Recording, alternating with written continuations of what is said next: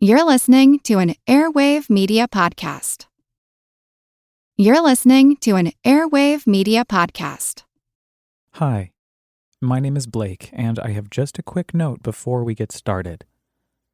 Actually, it's more like a recommendation because this podcast is an immersive audio fantasy, and what you're about to hear is best experienced with headphones on, imagination on, and everything else turned off. Welcome to Abandoned, the All-American Ruins podcast. My name is Greta Thunberg. I am 16 years old. I come from Sweden, and I want you to panic.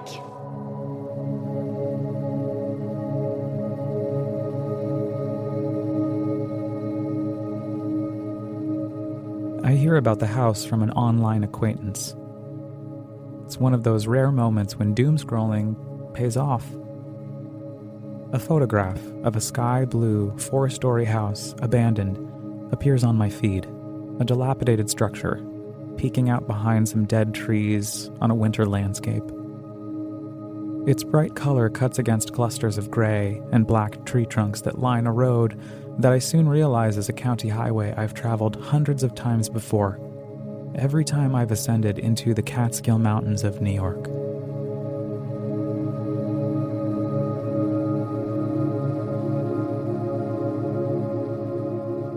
Up to Woodstock to commune with my artist ancestors.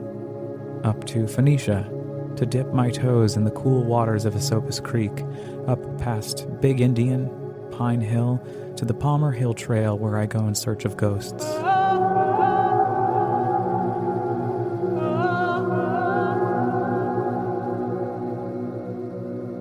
Rip Van Winkle said it best, there is magic in the Catskill Mountains.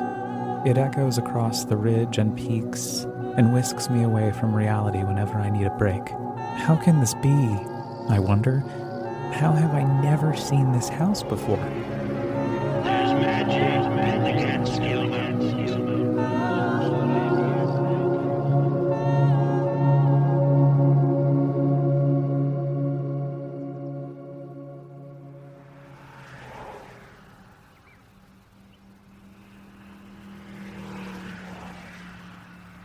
The next thing I know, my car is parked at a seedy motel, and I'm backtracking behind a thick metal guardrail that hugs the side of the road until I reach a driveway. A lazy chain droops across it, shrugging up against the gravel. It's a lame barrier. Nothing new, something I've come to realize in my journeys to abandoned spaces all over the country, the kinds of places that look like they've been raptured. Most of these ruins aren't trying too hard to keep people out. It's like this unspoken understanding. Trespassing is illegal, yes, but if you do decide to break the law, just don't get hurt. And try not to vandalize anything. And if you do get caught, make sure you say I'm sorry right away. What I don't realize as I step over the chain and enter another wormhole to the past, once the entrance to the now demolished Sunset Drive-In, is that someone, or several people, have transformed this derelict house into a gigantic piece of art. A shrine dedicated to the life and work of climate activist Greta Thunberg, the teenage Swedish sensation who somehow became a symbol overnight for modern-day environmentalism and a movement that challenges world leaders to act swiftly against rising ocean tides and raging forest fires and an atmosphere choking on CO2 emissions.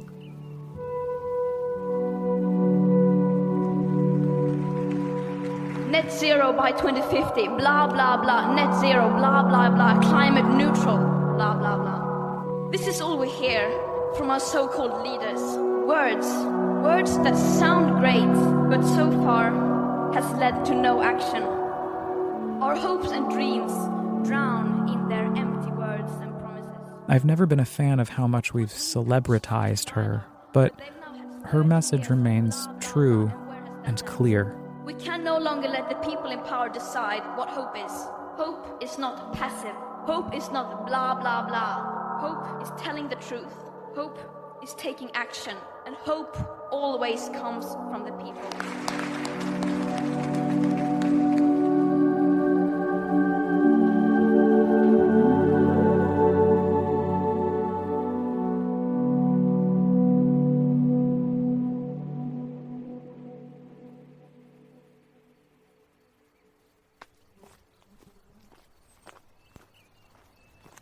I scuff down the driveway to an old marquee and lights display, where I begin to realize that indeed this property has been transformed into something special, unique, unlike any abandoned space I've been to yet. The marquee has Greta Thunberg's name painted on it in sloppy block letters. I smile, unaware that I'm about to witness a truly miraculous work of creative genius. The driveway wraps around the house, snuggled up to its front porch, then dips down further still and continues to press up against the foundation of the building as it reaches its lowest point, the bottom, where I look up to see a double-door garage and 4 stories hovering above me. Holy shit. I gasp. Splattered there in enormous fiery letters is some kind of poetry. Panic like the house is on fire. The message flies off the splintered wood siding and penetrates my stomach. Flying out of the windows are giant flames, painted red and orange and yellow. And between each garage door are burning hearts floating up into the painted blaze. As I stare, dumbstruck, I begin to wonder if the phrase "panic like the house is on fire" is some kind of song lyric. I pull out my phone in the middle of the muggy Hudson Valley June afternoon and search.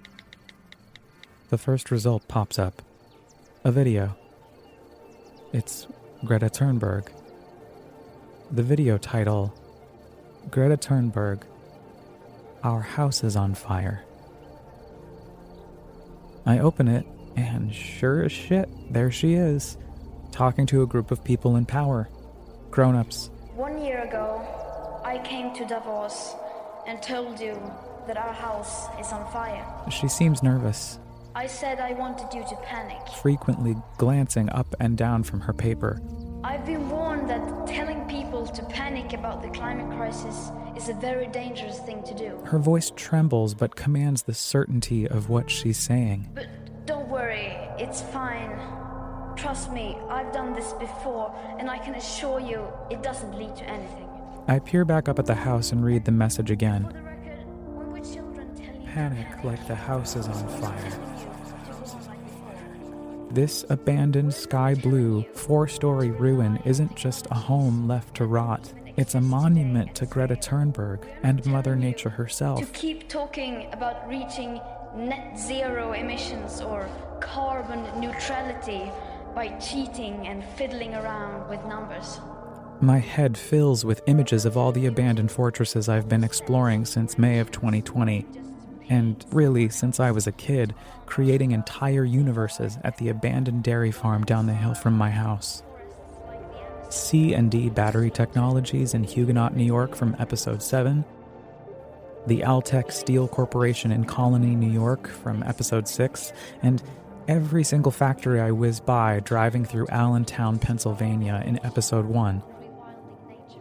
These deteriorating relics encapsulate moments on a timeline: the Industrial Revolution, the steel boom, the subsequent genesis of the Rust Belt, the exile of blue-collar jobs from the United States to places like China, India, and Mexico. They also embody, in all their former glory, the war we've waged on the planet. So many of these compounds of greed have been contained and branded with an environmental scarlet letter. Flowering Superfund sites, dozens, hundreds, thousands of hazardous wastelands across the United States where large, careless corporations have turned billions of dollars of quick profit by poisoning the planet. And it's not just the manufacturers, it's everywhere. So many of these abandoned spaces are virulent to human exposure, littered in asbestos, surrounded by noxious bodies of water that were injected ad nauseum with harsh contaminants. The decay of these all-American ruins flows freely, the trickling residue of the bigwigs in power.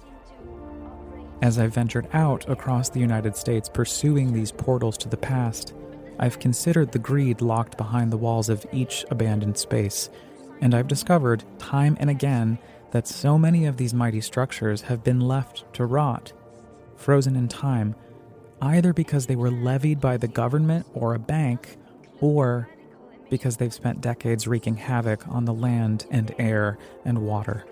I'm always torn as I wander through these remnant spaces that allure my imagination to run hog wild, just like it did when I was a kid, living in an alternate reality and talking to ghosts inside the abandoned dairy farm from my childhood.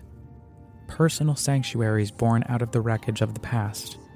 And that's where I live, between the lines, between serene beauty and a violent, malignant reality that many of these places represent: greed, dishonesty, apathy, and the unmitigated pain of generations tortured by the oftentimes unrelenting, brutal reality of humanity. My brain begins to swell as I think about the increasingly violent ocean waters and ferocious fires and non-stop CO2 emissions pummeling holes into the atmosphere. Comprehensive global asphyxiation. So if we don't have much time left, I guess I'll just keep exploring these spaces, because what else am I going to do? Not? Nothing. Silence. Or something worse than silence. Empty words and promises which give the impression that sufficient.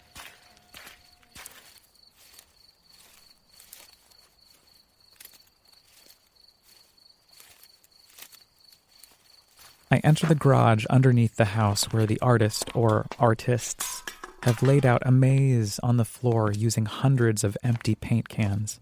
I spot a pair of old skis on the opposite side of the musty concrete slab. And I remember the first time I skied in the Colorado Rockies. I think about my mom driving back and forth to Breckenridge, where us kids learned to swoop the slopes.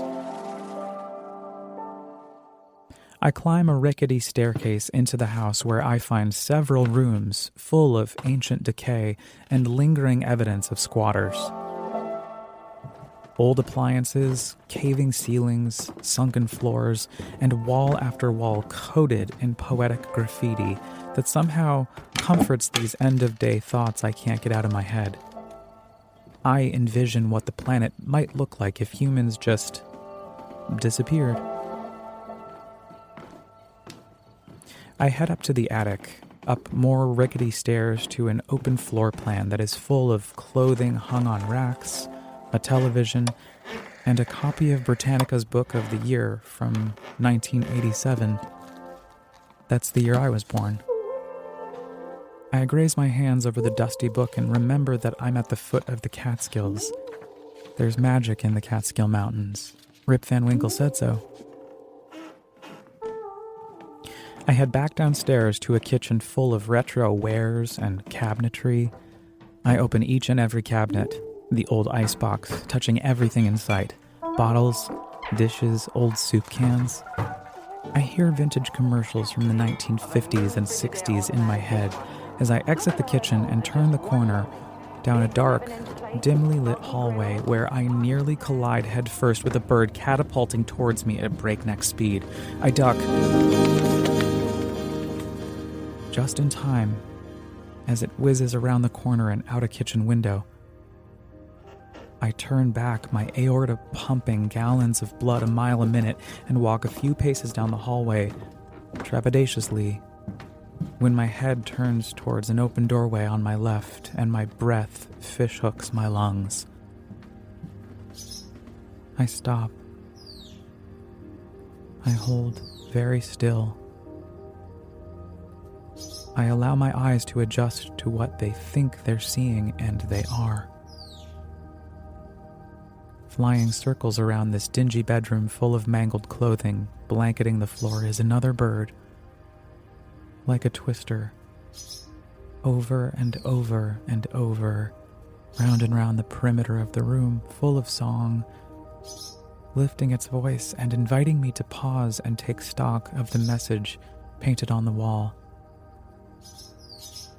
It reads, "I love you more each day. The world." I take a step into the room. The bird panics and soars out above me, down the dark corridor to another part of the house. I kneel in front of the note on the wall and close my eyes. I gently place my hand on the message. I stay there for what feels like hours, thinking about love and how to love more and more each day. Somehow I am learning to do this by reaching back in time, exploring these abandoned spaces in order to understand the present and what might come in the future, to pay my respects to the humanity that already lived. Maybe those birds were the ghosts of the couple who used to live here. Maybe those two birds are the phantoms, the shadows of two vagrants who passed in through the night en route to California to find some warmth. Or maybe they're just birds who are super pissed off that some dumbass human came to ruin their day. In this crumbling house, I open my eyes and allow the light to settle and breathe in love. For my country, for the planet.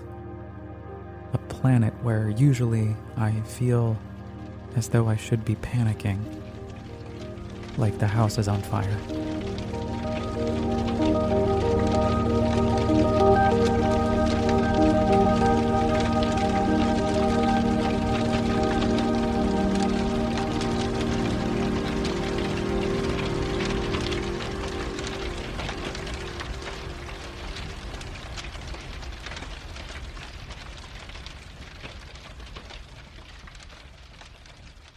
If you're just tuning in for the first time, welcome to the first season of Abandoned, the All-American Ruins podcast.